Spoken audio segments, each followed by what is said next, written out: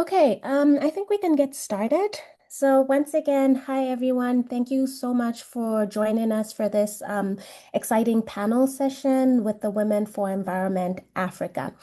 My name is Julia Munsaka, and I'm a Media and Communications Coordinator working for the Africa Center, together with my colleagues Victor Kalalanda and Rebecca, also working for the Africa Center. So, a little bit about the Africa Center at CSU. We bring together students, faculty, and partners who are committed to understanding and also addressing sustainability challenges across the African continent. And a lot of our work spans everything from ecosystem conservation to climate resilience to community well-being and also sustainable development.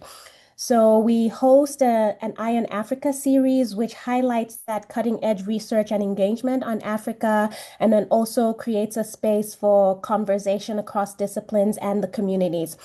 So today's panel is part of that series, and it also just reflects that commitment we have to connecting people, sharing ideas, and supporting work that has real impact.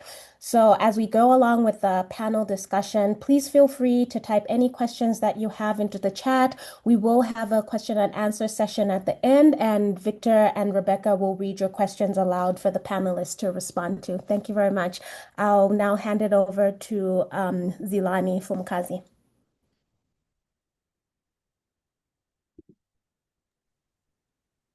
Thank you so much, Julia, for inviting us into your space. Um, this is the third time that we are showing up at CSU Africa Series. But before we begin, and before formal introductions, and recognizing that we've got people coming from so many different spaces, so many different kinds of days, let's have a grounding session. It's a bit of a tradition as well at Women Environment Africa. Victor, would you please begin?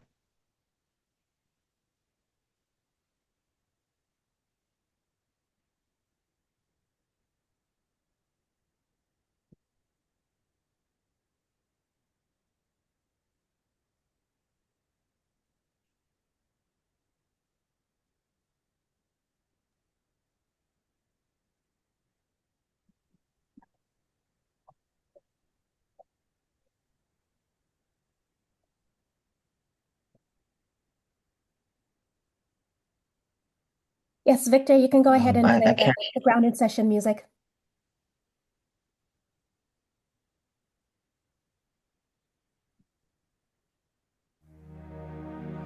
Did you get it? Just, yes, go ahead. Go ahead.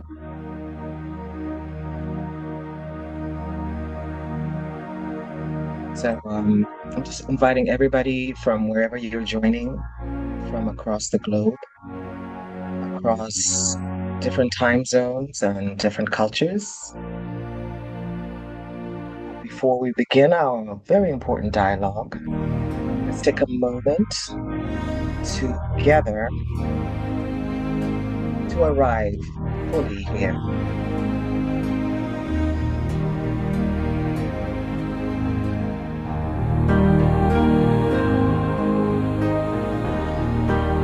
So I invite you to gently let the weight of the day settle. And for a moment, placing any tasks, thoughts, or concerns not here in this space, but at the base of a great 8-foot tree, and let the earth hold those concerns.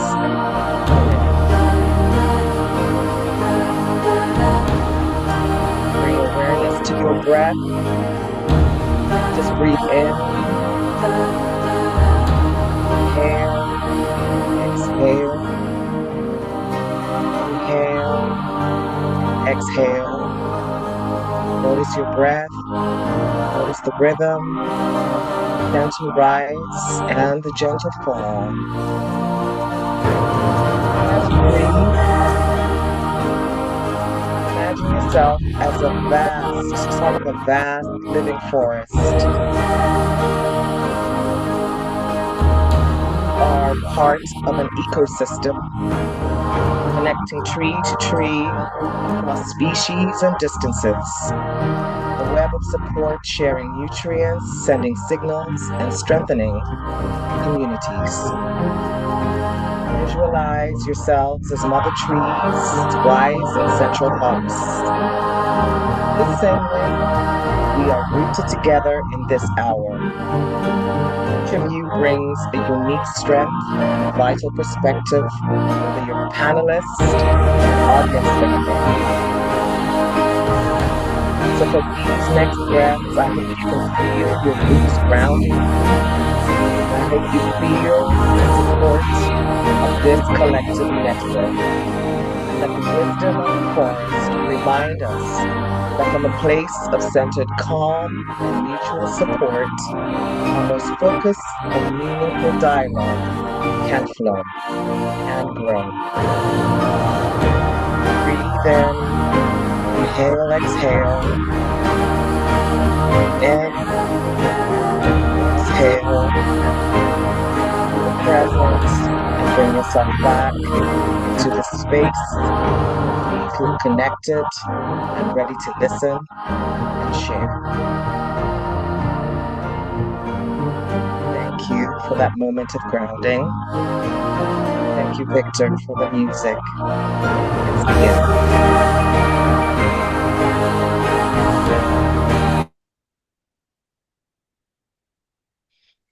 Okay, it's always important to put things aside and to focus. So, again, good day, everybody. I want to say thank you very much. A big heartfelt thank you to Colorado State University and the Africa Center for the third time you've invited us so generously into this space. We are very grateful for this partnership, this allyship. And as we were saying in the grounding, we think of you as part of our forest, not just any forest, but where every tree for us every tree is a woman who is rooted in her own power, her own purpose, yet woven together underneath the soil by an unbreakable web of support. And that is the heart of the Women of Environment Fellowship. For we African women leaders in Africa and beyond, we are trying to role model a more effective and impactful way to do conservation by delivering impactful, meaningful leadership experiences, amplified by a strong paid forward approach and supported by a very connected community. So WEAfrica is making contributions to the sustainability and well-being of leaders and the ecosystems.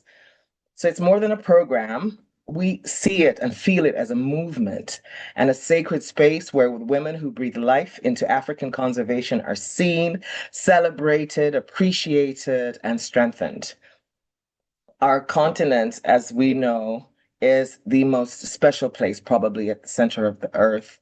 Our waters are pure, our wild spaces continue to flourish, and they're guided by ancient and unparalleled wisdom combined with modern technologies and the fierce love of women's leadership, which I hope that you will experience today. We believe in a very fierce and radical sisterhood, and you are just not alone. You're part of a family of diverse and vibrant women leaders who stand shoulder to shoulder across borders. And I speak from the heart because I'm part of the first cohort of fellows from 2021. My name is Fumukazi Zilani, and I am an indigenous leader of the Poka people from the northern hills of Malawi in the Nika Plateau. And we are considered to be the custodians of nature, the mountains and the skies.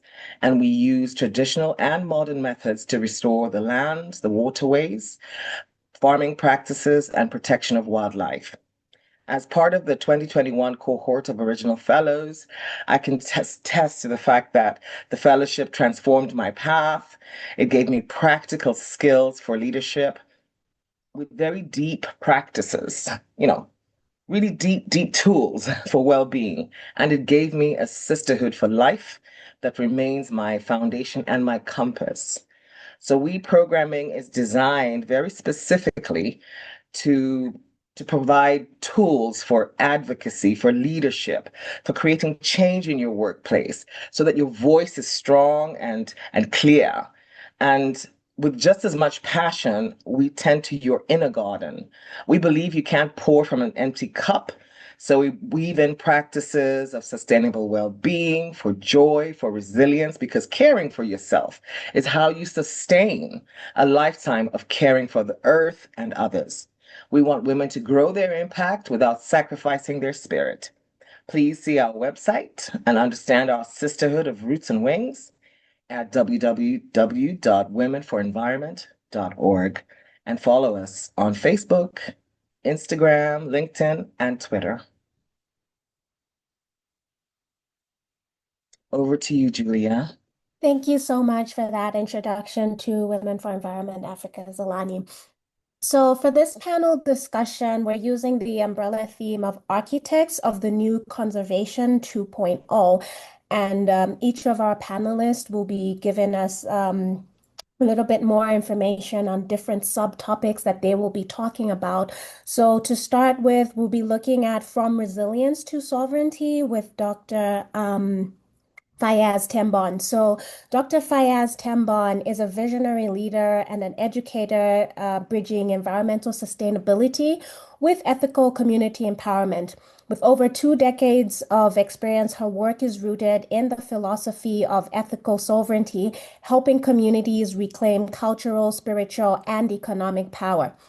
As the founder of Fakanam in South Africa, she designs skills development and environmental management programs that prioritize local knowledge, dignity, and long-term self-reliance, moving beyond dependency-driven models. Through research, teaching, and advocacy, Dr. Tembon champions a bold reimagining of the development centered on ecological intelligence and collective resilience. So welcome, Dr. Tembon. So, to begin with, Dr. Tembon, we often celebrate African women for their resilience, their ability to endure hardship. But what if we shifted the goal from just surviving challenges to truly thriving on our own terms? What does that journey from resilience to sovereignty feel like in actual practice? Thank you, Julia, and thank you, Zilani, for that grounding. I think that's really kept me on the ground. That is a very important question. And by the way, thank you too for that brilliant introduction of my person. When we speak of African women as resilient, we often frame them in terms of survival. That is the ability to endure hardship, to carry burdens, and to keep moving despite systemic barriers. While resilience is admirable, it can also become a limiting narrative if it only celebrates endurance without transformation. So for me, the journey from resilience to sovereignty is about shifting from enduring to owning. Sovereignty means claiming the right to define our futures, to set the terms of our participation, and to lead with authority rooted in our own context and values. It is the difference between being applauded for surviving exclusion and being recognized for shaping inclusive systems. In practice, I would say this journey feels like so many things, which I'll highlight a few. For instance, our voices becoming power. Women moving from whispered advocacy to visible leadership in policy, research, and governance. Networks becoming platforms, building collaborative spaces where women are not just participants, but architects of change. Knowledge becoming sovereignty. That is integrating indigenous wisdom, lived experiences, and academic research to design solutions that are contextually relevant, but yet globally significant. Resilience becoming thriving, not just coping with inequalities, but dismantling them to create conditions where women and communities can flourish. It is therefore a journey of radical imagination, of refusing to be defined by hardship and instead defining ourselves by possibility, care, and collective power. Sovereignty in this sense, it's not just some personal empowerment, but it is a systemic transformation. Thank you. Thank you so much, Dr. Temman. So moving on to the issue of funding, as you know, Africa, we've been impacted a lot, especially with funding cuts. So we're experiencing a huge moment of funding uncertainty. So in your viewpoint, if we saw an opportunity not just to find new money, but again, going back to that reclaiming of our power, how does this challenge specifically that funding uncertainty specifically open doors for women to lead a new and self-determined era of conservation? That's a good one because we are actually in that era where we're not seeing the funds coming in as it was previously. So funding uncertainty is often seen as a crisis, but I believe it can also be a catalyst. When external streams dry up as they are now, we are forced to ask serious questions. For example, whose priorities have we been serving? And whose vision has been sidelined? This moment is not only about finding new money, but also the most importantly about reclaiming our power to define conservation in our own terms. For women, especially African women, this challenge opens profound doors. Women have always been at the heart of conservation as custodians of land, water, and community knowledge, yet too often excluded in decision-making tables.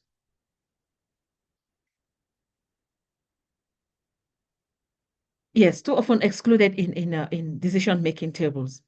So a sovereign era of conservation funding allows women to step forward as implementers of donor agendas, but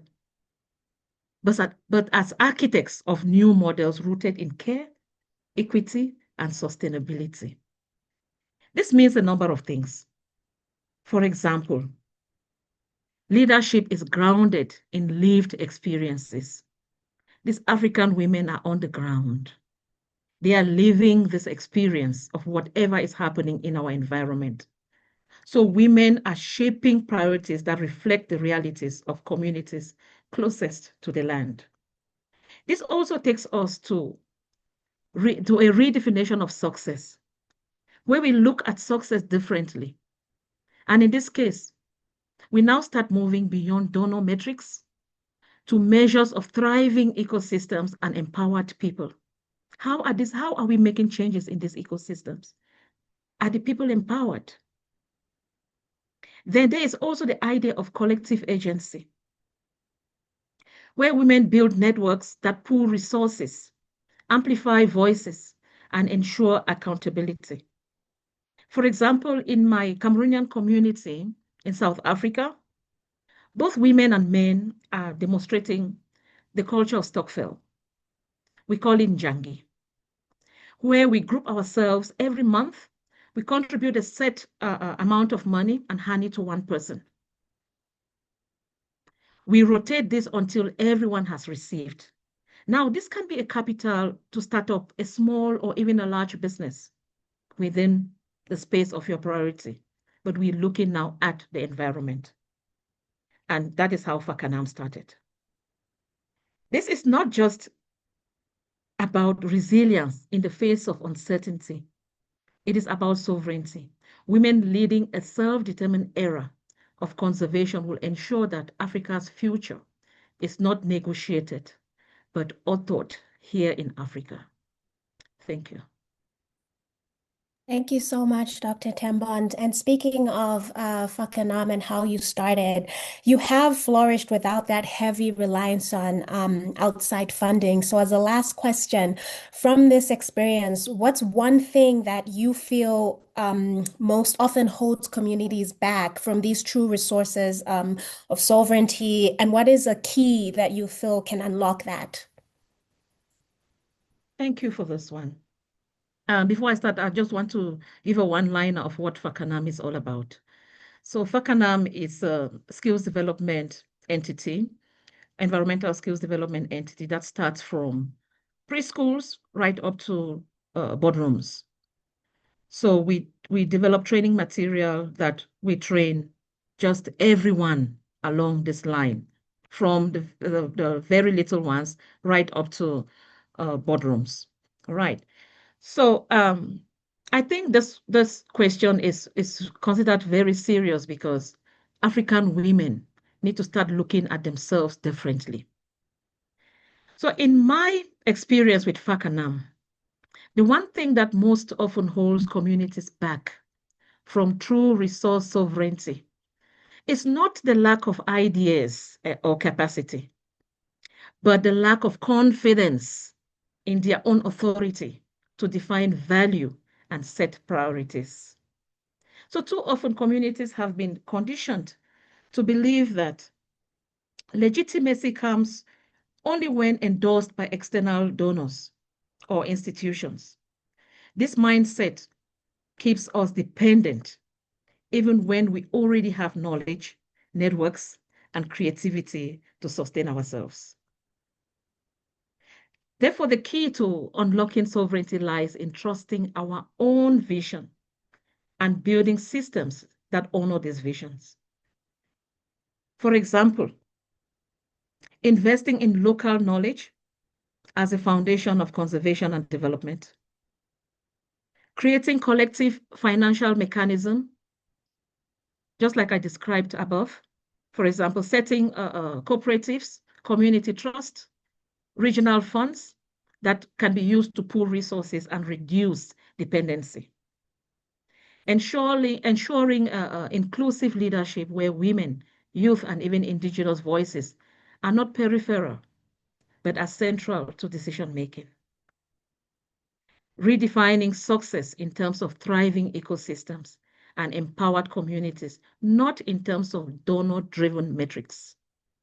Therefore, I think that when communities reclaim the right to decide what matters, resource sovereignty stops being an aspiration and becomes a lived reality. It is about shifting from asking permission to authoring our own future. Thank you. Thank you so much for those key points, Dr. Tembon. So, in the interest of time, I will move on to our next panelist, Rokaya, and she's going to be speaking to us a little bit on accelerating African philanthropy, making the case for and mobilizing resources from within the continent. So, Rokaya is a dedicated partnership specialist, climate activist, and the founder and CEO of Giga Initiatives. With over 10 years of international experience, she mobilizes young environmental activists to advance sustainable development goals in Senegal. Her resourceful project management focuses on human potential and talent development. Key initiatives for this include environmental education in schools, creating women fruit forests in Casamance, and campaigns to reduce plastic and air pollution in Dakar. Through grassroots action and innovative solutions, Rukaya is accelerating locally led philanthropy and ecological regeneration. Welcome, Rukaya, and thank you so much. So, Rukaya, if you were speaking to a skeptical African CEO who asks, why should I invest in conservation over building a school or a hospital? What is the most compelling story you would tell to connect a healthy environment to a thriving economy and society?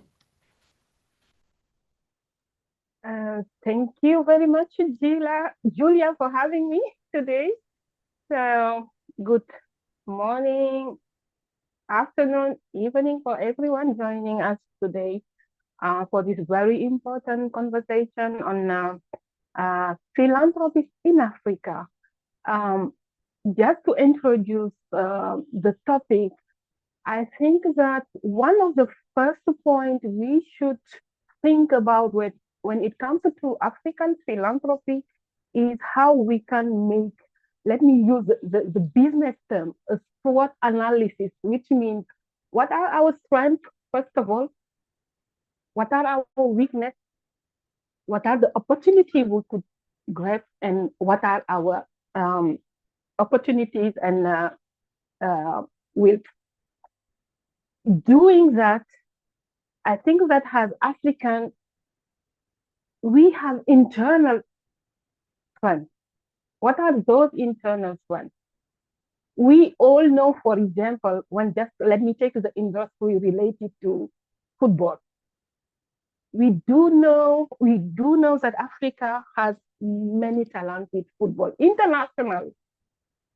And I think this is one of the most important industry we as conservationists can take on to make sure that if we talk about mobilizing our African resources, we could take on those resources. We can also talk about industries.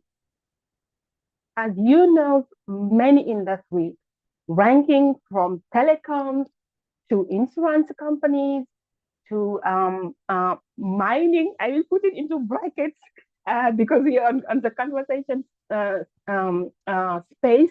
But just to letting people know there are so many industries we can take on just to mobilize internal incomes. We really don't need to go outside. This is not replacing international donors, but how we can really, first of all, take on what we have within the continent. Coming back to your question, Julia, when I have a skeptical CEO in front of me, how can I convince him that it's much more important to address climate topics, the current climate topic we have within the continent and even outside the continent, instead of putting money in health or education, why it is important to support conservation. I personally have in storytelling, I used to narrate on what brings me to conservation.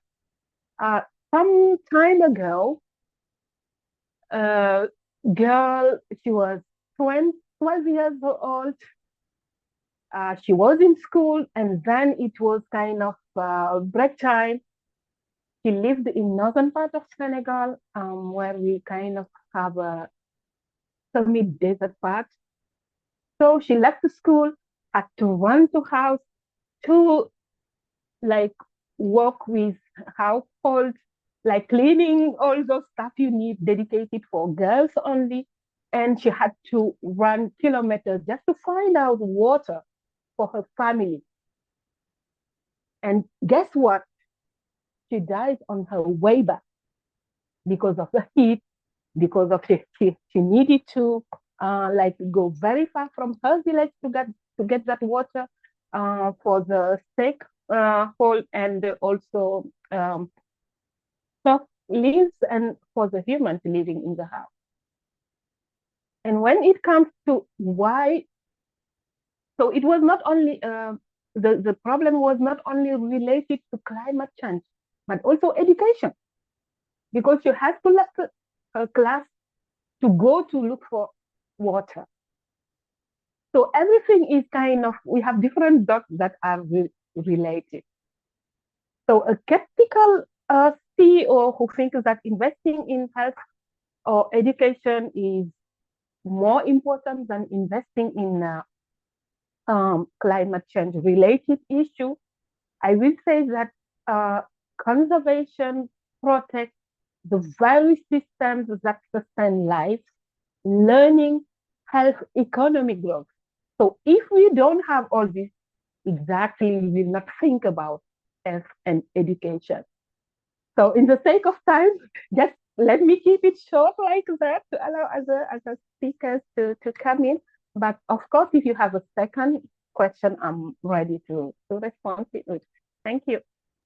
Thank you so much for that answer. And then I do have one more question. So, moving on from the CEOs, Senegal does have this vibrant community, vibrant corporate sector, and powerful diaspora community. So, in your viewpoint, what's the most promising entry point for starting a conversation with these groups about their role as conservation partners as it pertains to Senegal?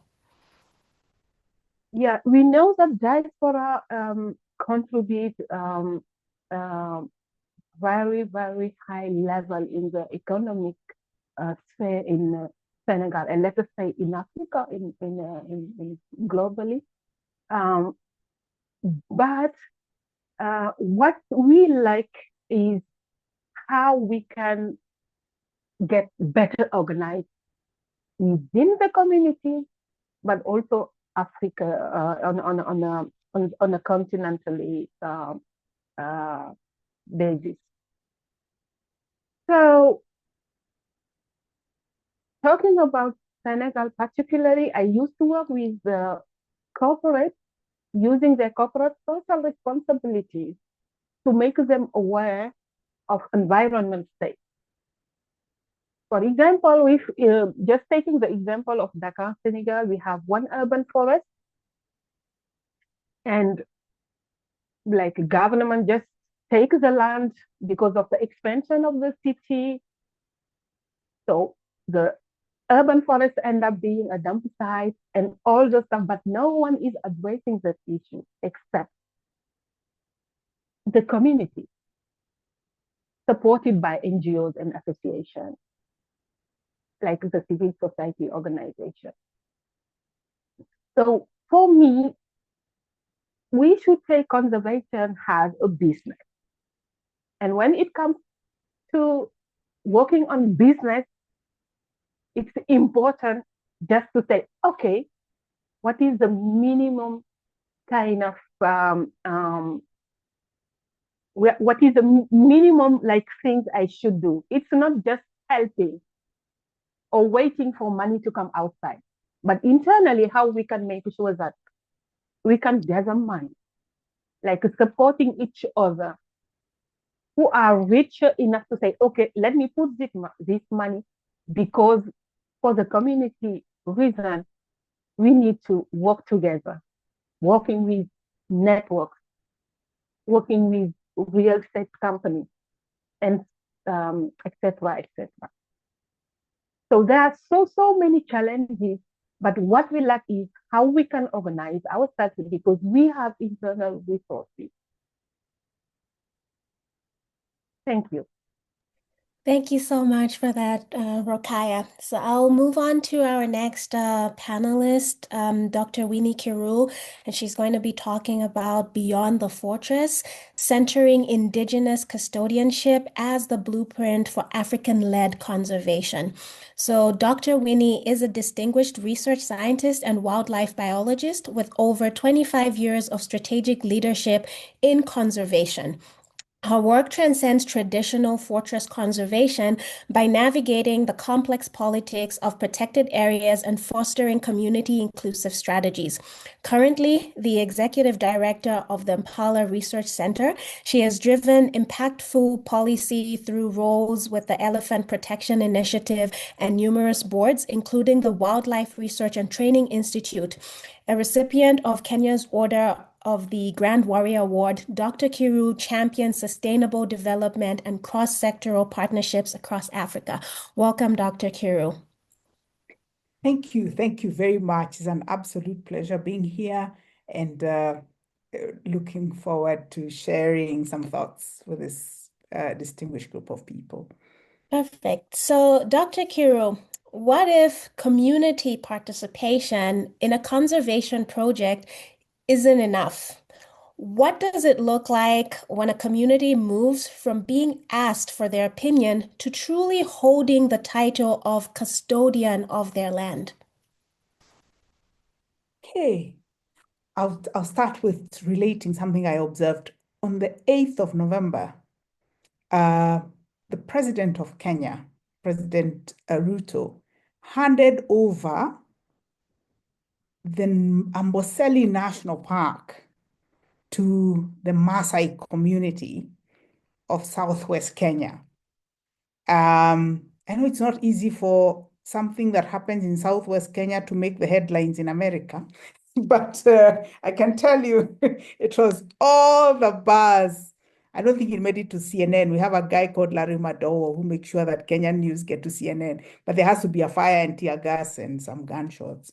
Anyway, we do have good news stories that come from this part of the world. That was a really exciting and very colorful ceremony. And why it was interesting is that when people think about Kenya wildlife, they really think about the Maasai or the Ma-speaking people.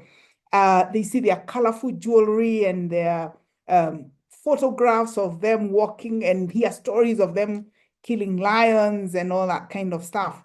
But then when you really think of what that relationship means for the Maasai household, what it really means, what the view or perception of custodianship really means for them, it's actually quite a sad story because they continue to operate on the periphery of decision making. Their culture is valued as photograph material and movie material, entertaining the world, and of course, myths and stories all around the Lion King and all that sort of thing. But in real terms, what does it mean for a Maasai person to really participate or be a custodian of Kenya's wildlife? And that is why that event of handing over Amboseli National Park to the Ma community that occupies the area about Amboseli was interesting. It elicited, of course, all sorts of responses. Some people said, oh, that's the end of Amboseli. Amboseli is finished. They're just going to take all their cattle in there and then they will graze and it's finished. Some other people said, wait a minute. But the very reason why Amboseli exists is because over generations, throughout history, the Maasai have treated these areas with respect because these are their ancestral lands. They understand that they need the water. They understand the relationship between the people and the wildlife. So to answer your question, when a community moves from mere participation to true custodianship, it means they are not just consulted, but they're the primary decision makers and beneficiaries of the conservation efforts. This is a big shift because it transforms conservation from some external imposition to locally owned and managed processes. But because we have taken on or really carried our colonial heritage, where the people who can look after things look a certain way, they wear certain khakis, they carry guns, do things in a way that can be written in books, and they look after miles and miles of bloody Africa, Africa that has no people, which is what is seen in films. The occasional Maasai pops up at the end of the movie, but the narrative is always by somebody who doesn't look like a Maasai. The story is always about a piece of land that has no people. The story is about when this animal encounters people, it gets killed. But in real terms, the custodians of the land and the wildlife are those very people that are often relayed as unable to manage, cannot be at the table. They need to be at the periphery, so they're told what to do. Their culture is not legitimized. They have no legal title to the land, no practical authority over their land or resources. We're talking about indigenous land rights that don't exist. They don't share any part of the governance of any of these resources. They seem to have no ability to adapt to the conservation that is narrated in books, and yet they are the custodians of the land. So, Julia, custodianship means a place at the table, and if possible, standing up with a spear on the table. Thank you very much, Dr. Winnie, for that definition of custodianship. And excuse me, you've also talked a lot about the Maasai people being those indigenous custodians. So at Impala Research, your work does build a bridge to worlds. What does it look like in practice to bring that indigenous knowledge held by those custodians and Western science to the table as equal partners in solving a conservation challenge or several conservation challenges? Interestingly, one of the first people to join this call was the premier, like the first scientist I ever heard of at Impala, Professor Truman Young. I don't know if he's still here. And the truth is that bridging indigenous knowledge and Western science is, while it is not a theoretical ambition, it's something that we hope to practice every day. Because first of all, it begins with us recognizing that these knowledge systems, the indigenous knowledge systems, are actually very authoritative. When a herder takes you through the land and tells you that, you see that little bird, if you follow it, it will take you to some honey. They know exactly, they can tell you what they feed on, they can tell you the season is changing. When you see the trees behaving a certain way, the birds behaving a certain, they've observed these things over the years. But they are a bit slow. They are difficult to organize sometimes, these herders. You invite them for a meeting, then you also have to translate from English to smart, whatever. They're exhausting. So while the aspiration is that we want to co-create, we want to totally integrate them in the Western science, there is a bit of hesitation from the scientists who have time to worry about. They have short periods within which they can be available to collect data. The data that is understood in the publication in science is not a story told by some old man who has very few clothes on. The data that is required by science is collected on transects by drones in a certain way, in the morning, lunchtime, and evening, like malaria drugs. Science has been calibrated for academic writing. And so this science that is storyteller based has yet to find its way into real, into the stuff that we put out on science. So I find that a lot of times we tolerate the indigenous communities, we tolerate their knowledge, but we hardly ever see it as authoritative enough. While it is true that when we design research, we should really start by sitting with the community elders, with the women's groups, with the local land stewards, and ask them, what are you observing? What is changing? What matters the most? Those insights are what should reshape our research questions. But research funding doesn't come from where the questions come from. Research funding comes from somewhere else. So if we cannot marry the source of the funding, the urgency to produce the paper, the fact that academic excellence is measured in number of publications, then really it's very difficult for us to start entertaining long meetings and tree-dinking sessions with well-informed old men. We know that blending these systems could accelerate innovation. We know that it could bring new ways of learning, but there's something that needs to happen there. We need to change the way we judge the scientists. We need to figure out what really gets into the peer-reviewed journal. Can I just tell a story and get my publication in? Can I say a Maasai man told me that if you see this particular ants thriving now, it means that we're going to have a drought. Is that going to make it to science? Probably not. What's going to make it is some measured thing, something that has data that shows the methodology that, so those local grazing calendars that predict ecosystem stress, those things that we do to build trust with the community are not always what carries the day. And a lot of times I see scientists going to the lens of trying to relay their findings to the communities in English.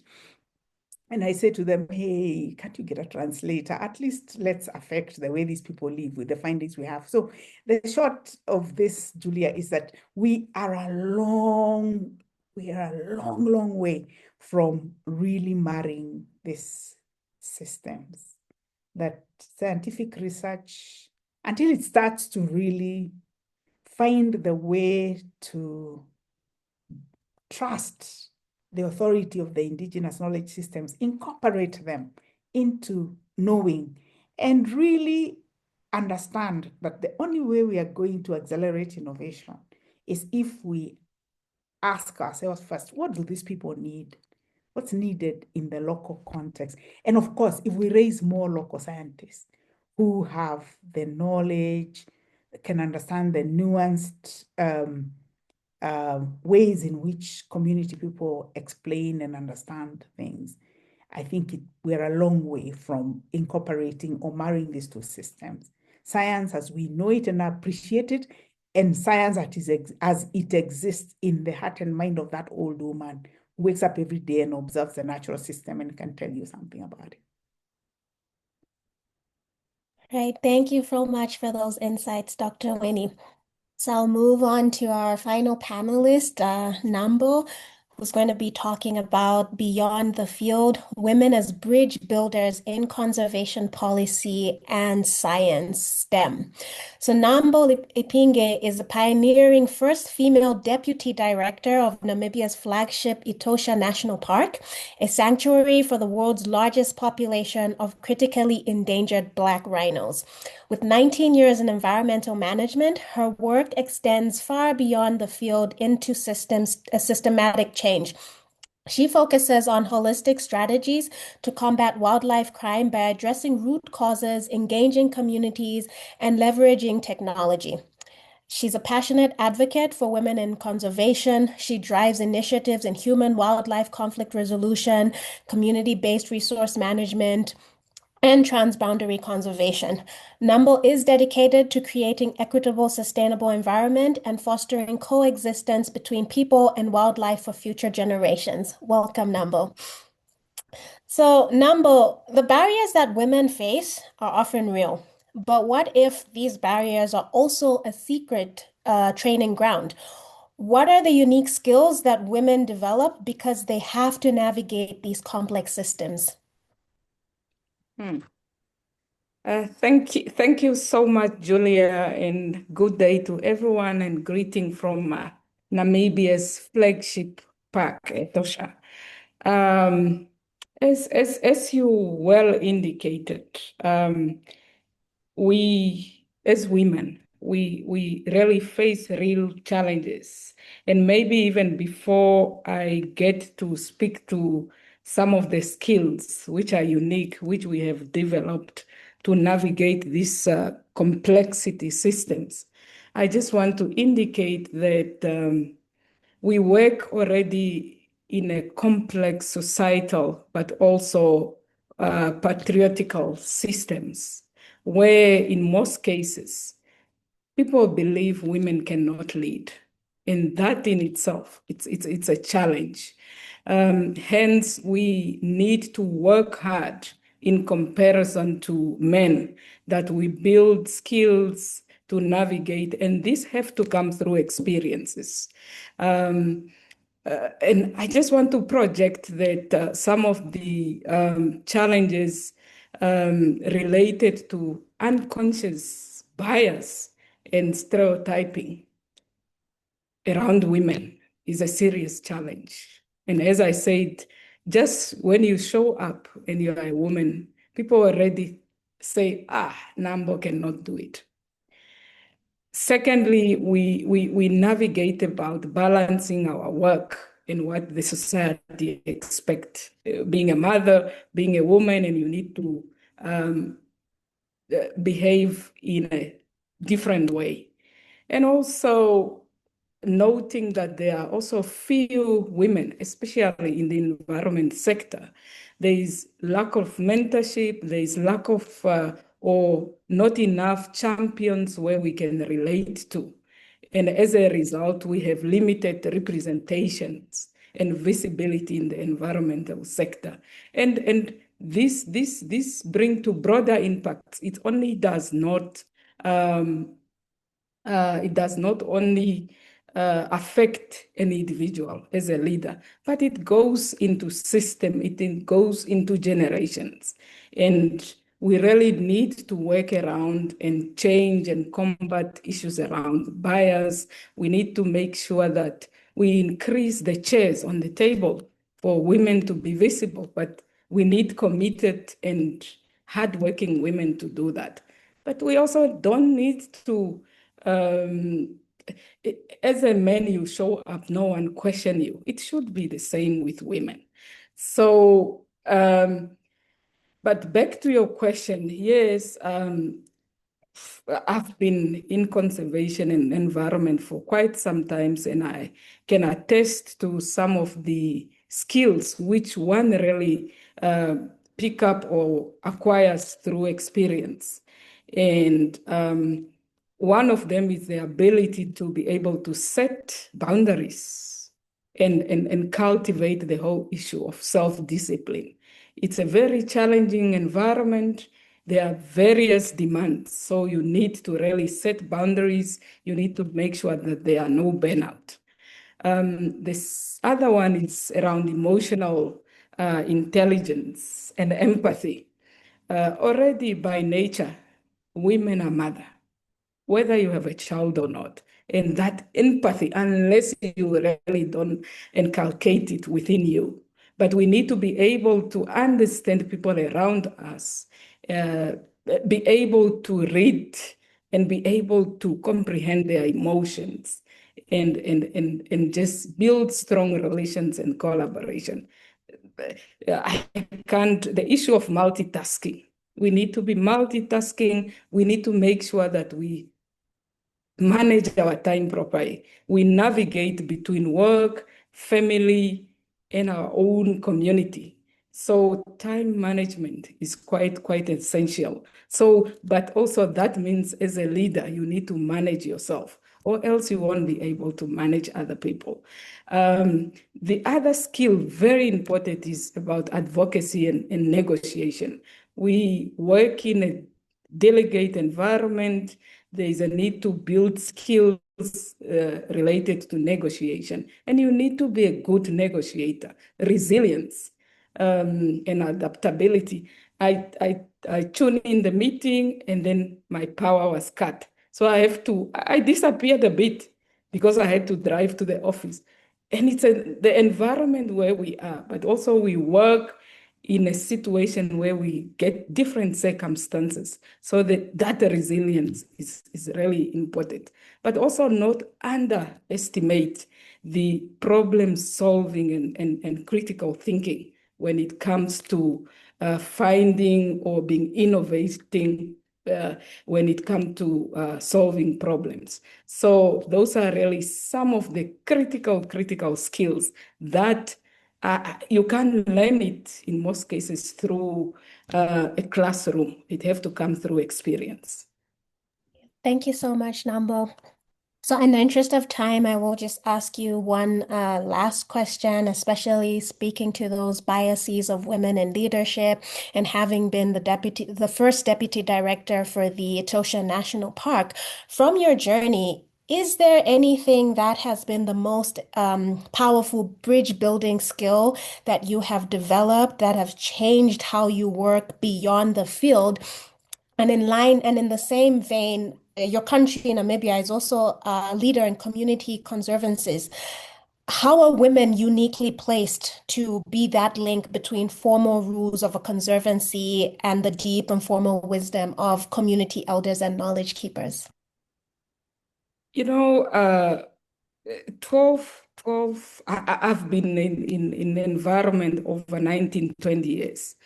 And 12 months ago, I thought I have arrived. I thought I can be able to connect bridges and all that. And I realized this year have been the most difficult year of my life. Um, Looking at poaching, fire outbreak in the park, jungling between staff and mental issues.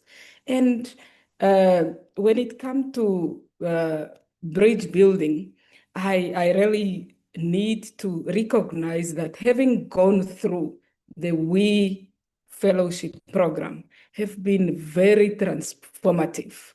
A space where, of course, by the end of this month, there will be 100 women around Africa who have gone through that. But as I said, it have been my anchor through navigating all what I have gone through. I've seen, because of the tools which were subjected to us, we have built a network where we are able to lead together, we share, and we move. And I've seen that it's a powerful movement, and it really connects bridges because you get collaborators, there's a sister, even before you even know, somebody's like, hey, Nambo, are you well? How's the fire? Which most of the people does not do. It's really the whole issue of inculcating self and collective care, which I embrace, but also building bridges where we look at the well-being of leaders and also the ecosystem. So basically, the personal growth through this journey that we, of course, we knew what our leadership styles, but through this process, and as we build these bridges, we confirm what are our values. I even realize it's more important. It's not just about wildlife and the ecosystem. What about people? Because otherwise, they won't be able to thrive. The other thing in our environment, people sometimes are very violent. We need to embrace the aspect of non-violent communication, even in our negotiation, but also being able to uh, imagine radically. Every time we speak about this, I go back to our own president, Her Excellency, the lady, President Netumbo Nandi-Ndaitwah. He said, we don't do business as usual. And I have seen this year, we have embraced that. And it indeed a work of collective responsibility and accountability. And we lead from the space of love. And I have seen keys dropped to myself, and I have made a commitment to also drop those keys and build bridges so that we make the environment better, but also not forgetting people.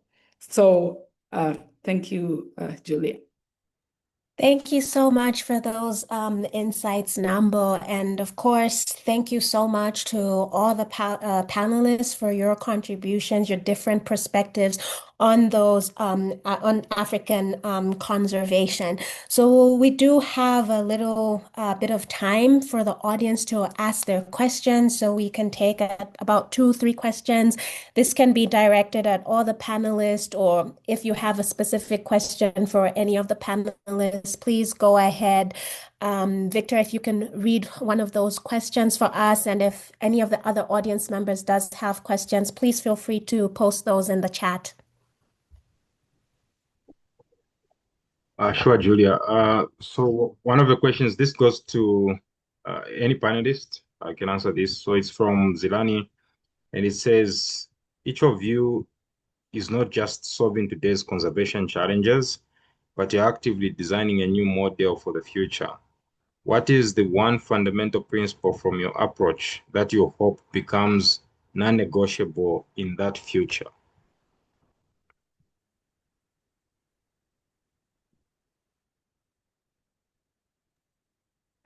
I can answer that question. First of all, as I said in the chart, I think agility and openness to all capacities really, really matter. But uh, just going back to what Nambo said, it's really important we get trained. How we do partnerships, how we interact with people, how we make sure that we are kind of making sure that we have our assets. We know how to keep them, so how we can embrace like others coming from outside or elsewhere, but making sure that we are well grounded on our assets, what we think really matters. And all those aspects go first to getting to it. This is really non-negotiable. How has women and men in the continent will dedicate more and more time to get trained on what matters, to getting better people, like the right person at the right place when it comes to conversation, but not only conversation. Thank you. If I may add, can I go ahead? I think for me, in addition to what my sister just said, is that um, I, I will not negotiate around my values, especially when it comes to issues around integrities, responsibilities, and accountability in whatever we do, whether it's in the area of where we get funds from outside or it's by the way we do our work. We should never compromise. I'll never compromise my integrity, my accountability, my core values, which I really think, which I believe, not think, which I believe carry me throughout the day. I'll not compromise. And one thing I've also learned, and I'm starting not to negotiate, it's about the self-care, but also embracing the collective care. Otherwise, there's nobody who will take care of the environment and the ecosystem we are talking about. Thank you so much for those wonderful answers. If there are no other questions in the audience, I'll hand this over to Zilani to go ahead and do a wrap up for us.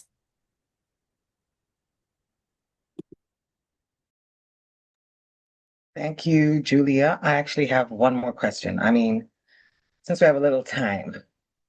So each of you has talked about the work that you do in your individual communities and countries and spaces, but we haven't talked about Pan-African collaboration.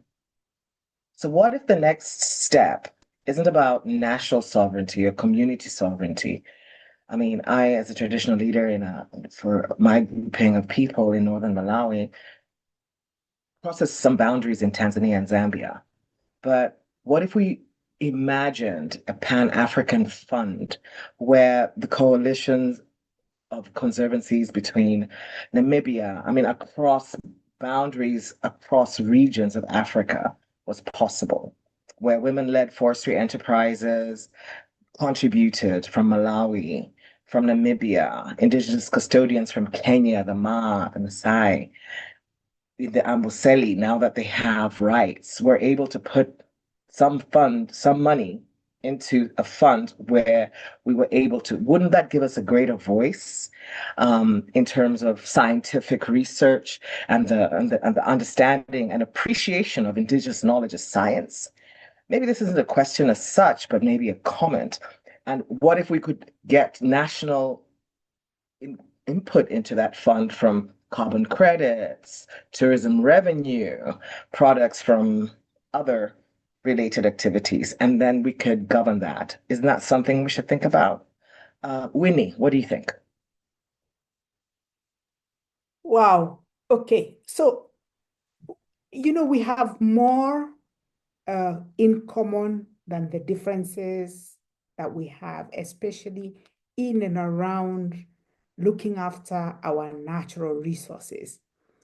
I'm sure some of you know that right now there's a meeting going on, the CITES conference is going on, the Conservation of International Trade in Endangered Species, somewhere in Samarkand. There are people arguing there, should we sell this? Should we not sell this? Should we, how many quotas, what, all that.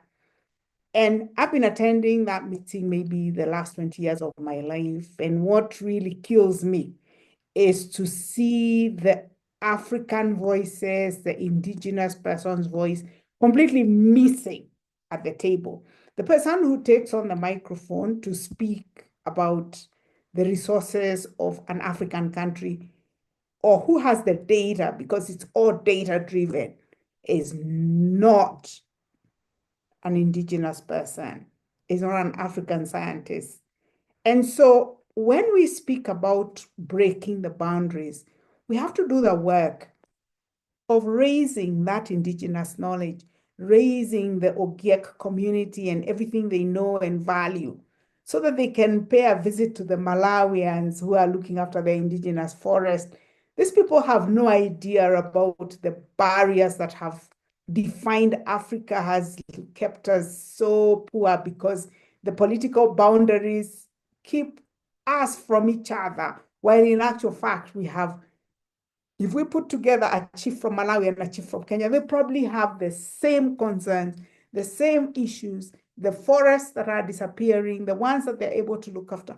So the short message from me, Zilani, is that we have been so captive of political boundaries and our colonial heritage, and we just need to break this down. We have to start with the children. We have to start showing them that these constructs do not serve us. They're not for us. They serve other people.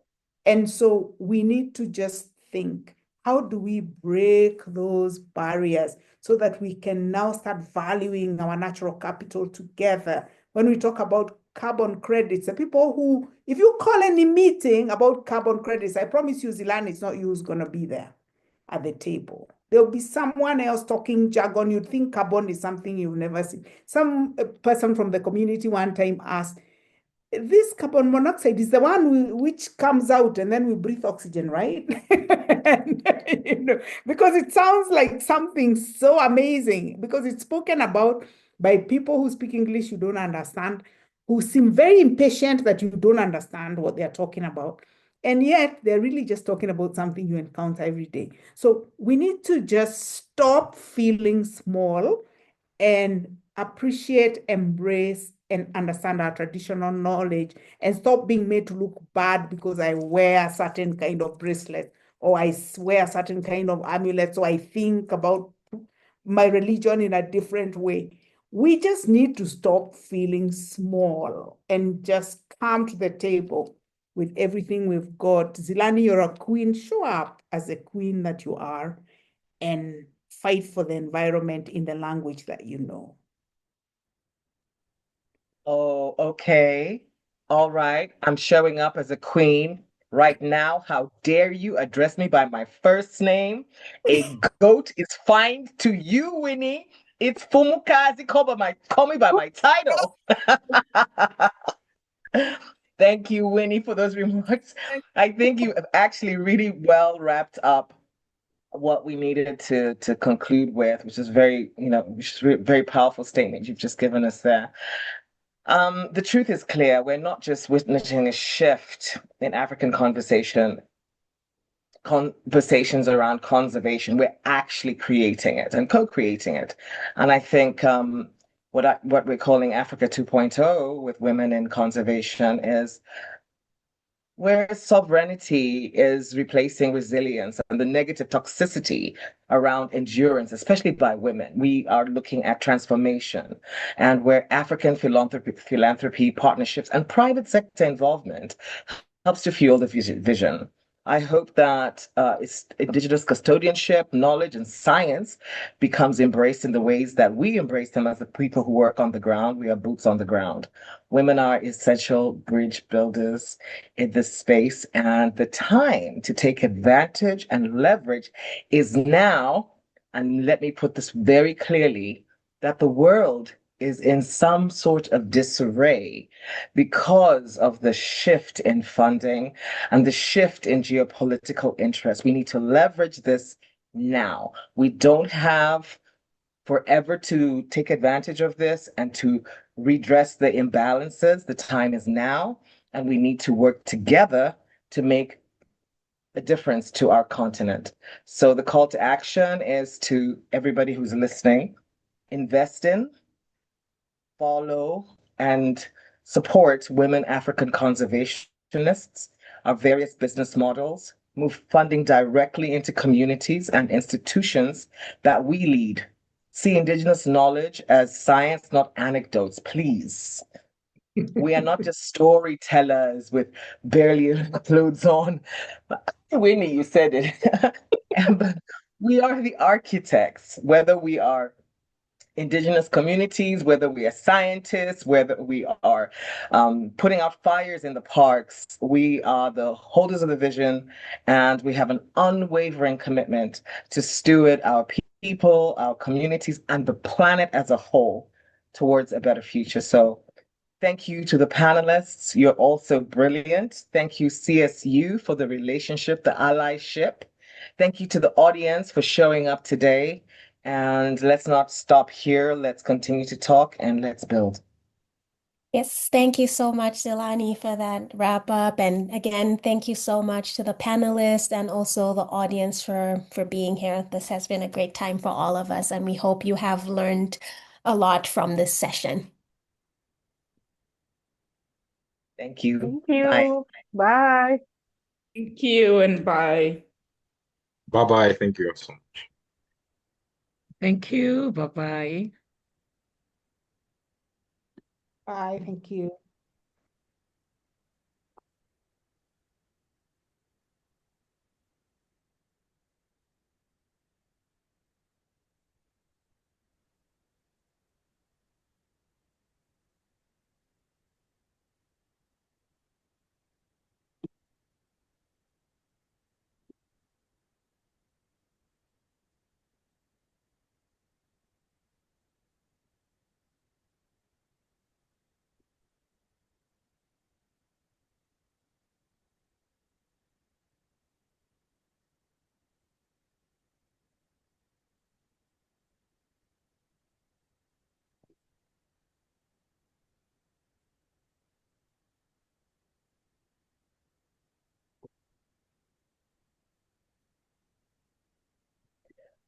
Okay, thank you so much, everyone. I just finished removing the people who were still in the room.